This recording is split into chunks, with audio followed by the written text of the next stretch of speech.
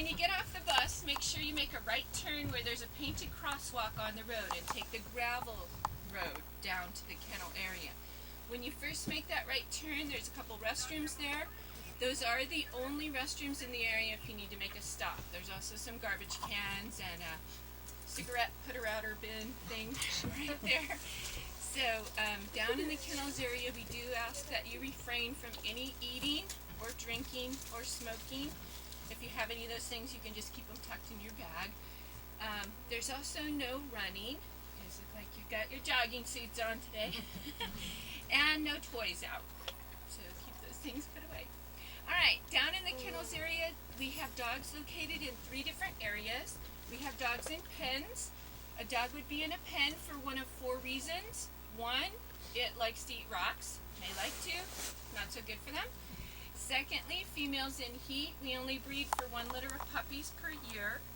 Third, dogs that are either a little more excitable and or a little more shy, especially around people their own size.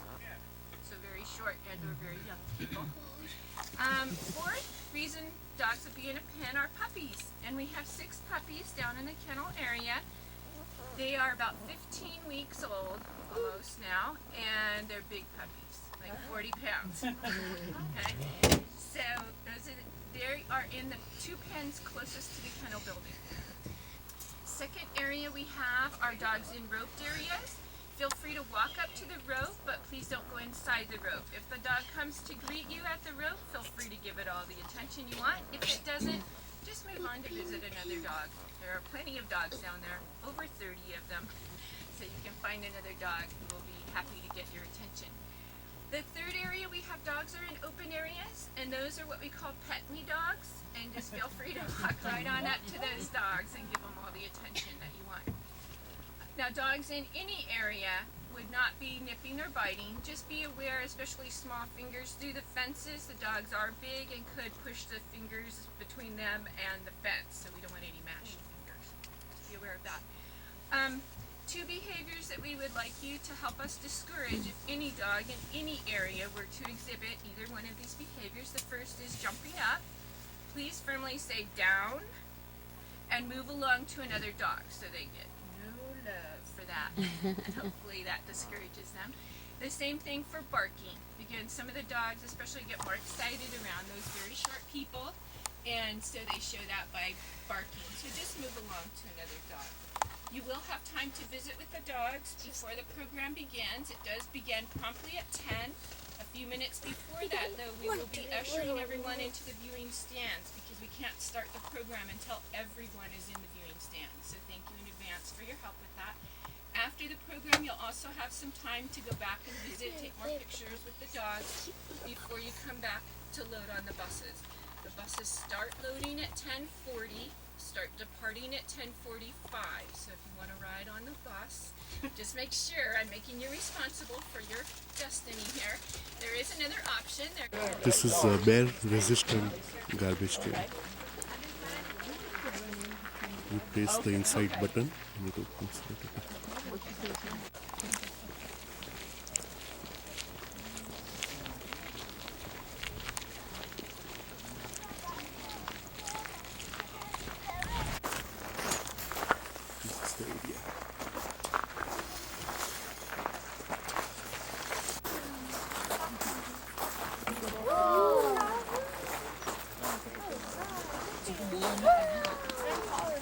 कहीं पाहे जवाई ने चिकू थी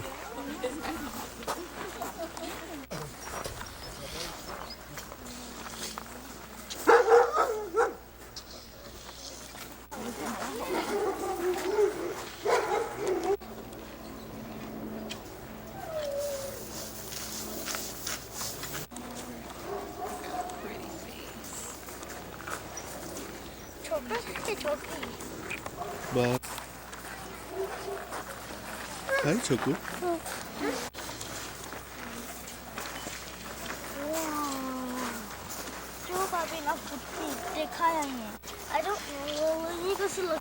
એનું નામ છે તાહલુ W at the end. એમાંથી footprint બને છે. એનું નામ છે ટોન્ઝોના.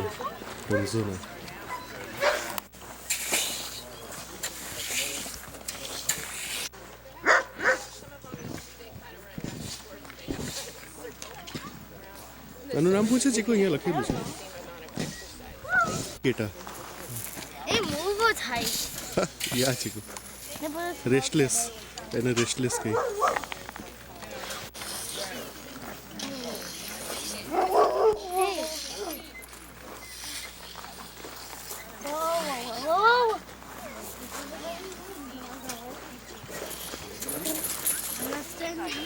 So I'll be all around.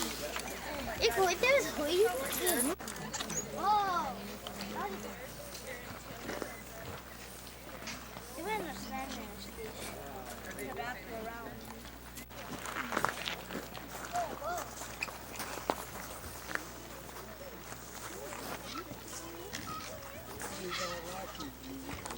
Hi Timber. Hi Timber. हाँ.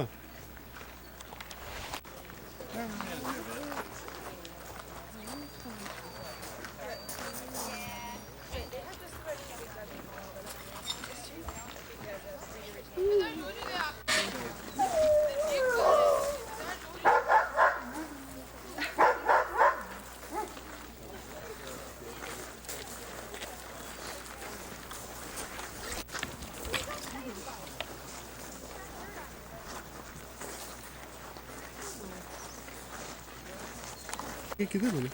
Oh, tomati papi ni. These are the pups. Eu lagi no man. Another box of pups. So there are 6 pups. And they are big pups, weighing Black almost book touch hai. The 100 black, pounds. okay? ચીકુ આપણને બોલાવ્યા હતા પેલું sledge બતાવે.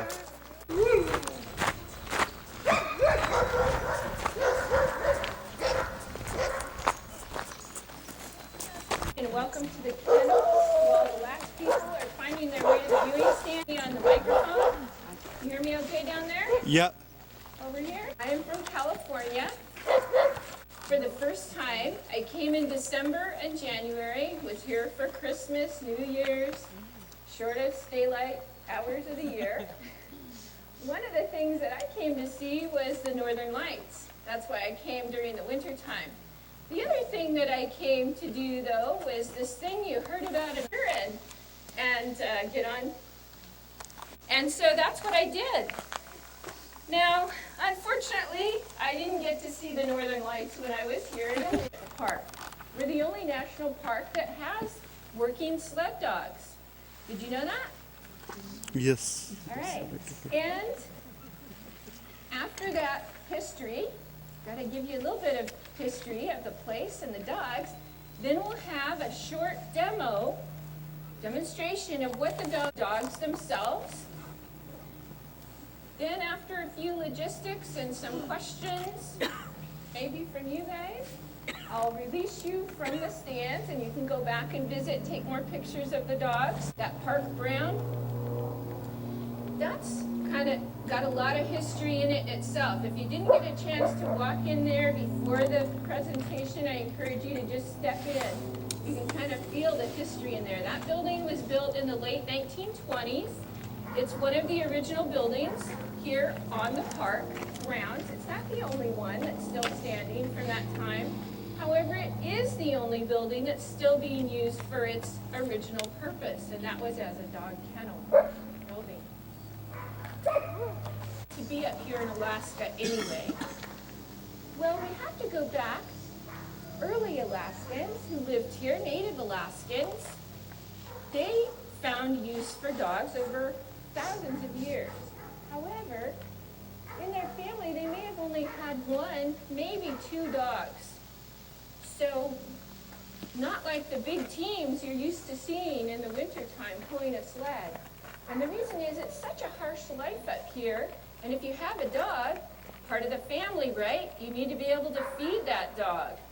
And it's very hard, so you'd only maybe have one because you had a hard enough time feeding your family, let alone a dog. So all the adults in the family would be harnessed with that dog to pull the sled and whatever supplies or hunting or household things that they needed to move around. It wasn't until much later that we had teams and equipment, prospecting equipment, that's like stuff, right?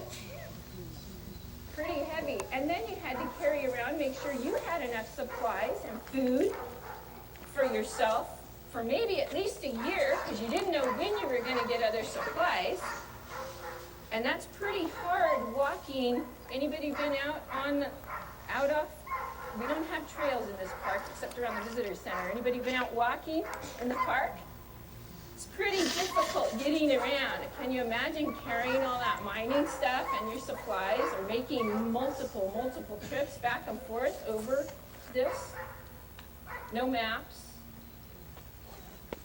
So, all these miners up here thought, hey, these native Alaskans have a good idea. They put stuff on a sled or toboggan and have a dog pull it. Pull it over the snow. This was a great idea. The miners are like, well, we want some dogs.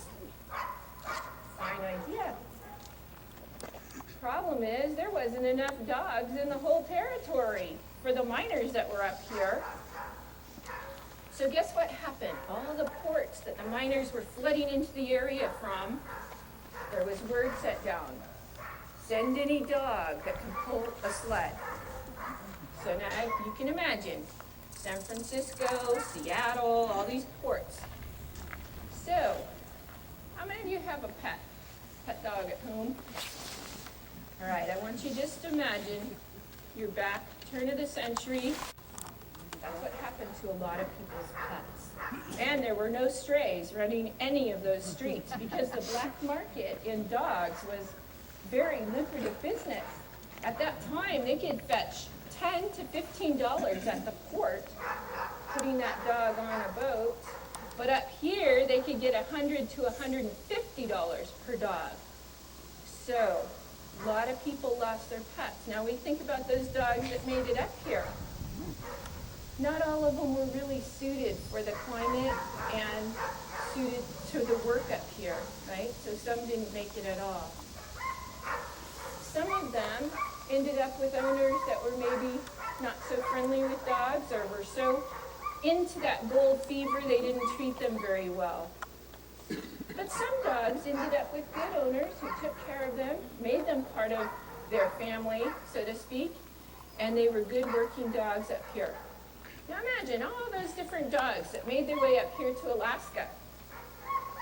Well, dogs are dogs. They met up with the dogs who were a nice breed of dog, right? By the American Kennel Club.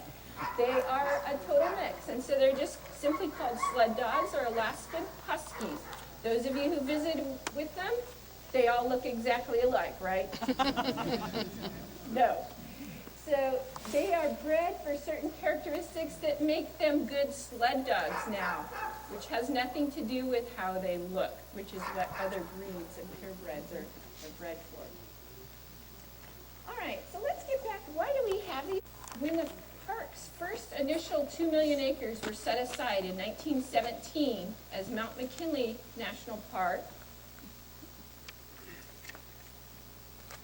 wildlife, because all those miners who came in the area were hungry.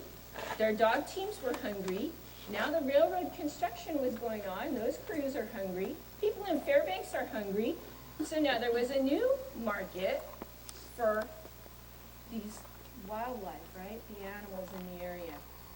So it took about 10 years of lobbying Congress by people to have Congress set aside this original 2 million acres in 1817. And that's great. Took another 4 years for them to actually put some money to hire one park employee to patrol that 2 million acres. And that man was Harry Karstens, and he is the one responsible for building this dog kennels. And he had come up through the Klondike. He was in search of gold. He never really struck it rich, but he did a lot of other things along the way, including starting the legacy of the dogs here. Because when he was hired by the park, then he had to go out and patrol this 2 million acres for the hunters who were poaching in the newly designated wildlife preserve. So he did that by dog sled in the park. Now, you say, well, we don't really have a problem with poachers today in the wilderness area, the 2 million acres of the park. So why do we still have dogs here? Well, another thing Harry Karstens did, even before he became that first park superintendent, was he took out a man named Charles Sheldon into the park who came to study the sheep and the wildlife. He was a hunter and a naturalist. He was from the East Coast, didn't know how to get around interior Alaska. He met up with Harry, who took him out in the backcountry by dog sled, all his supplies and his specimens. And today we still have these dogs do the same thing. There's science researchers who go out in the park, not hunting, but they're doing different research and they need their supplies and equipment and themselves taken out in the wintertime. How many of you know that the park is open year-round? Open year-round. Okay, that does not close down. What does close down is that road that road is closed and it truly reverts back to a wilderness area. All right, and move the mail. And in an era consumed with greed, they were sometimes the only ones a lonely gold seeker could trust. They were pack horse, transit system, security guard, and pal, all rolled into one. They were truly worth their weight in gold. And this is Murphy. Doesn't Murphy look like a proud dog? So it's very important again, they like to work and they like this weather up here and the conditions. It's pretty amazing. All right, well, we've spent a bit of time talking about the history of the dogs and how they like to work. How many of you are ready to see that demo? All right. Now, before I give the demonstration, a couple things. One, your part is I need everyone to stay in the viewing stands. That's both for your safety and the safety of the dogs. So thank you for that.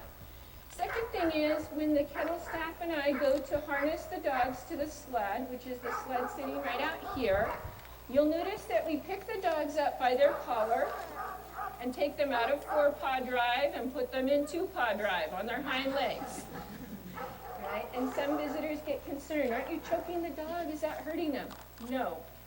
We do that for a couple reasons. One, we don't want to be stepping on their paw out of excitement, but that's all part of it. And the last thing before the demonstration, I need a volunteer. Oh, thank you.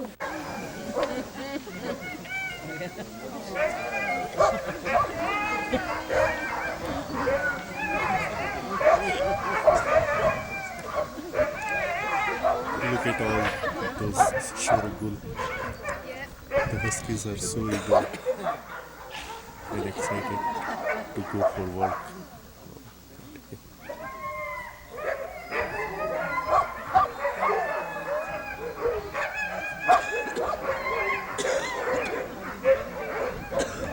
That's the sledge.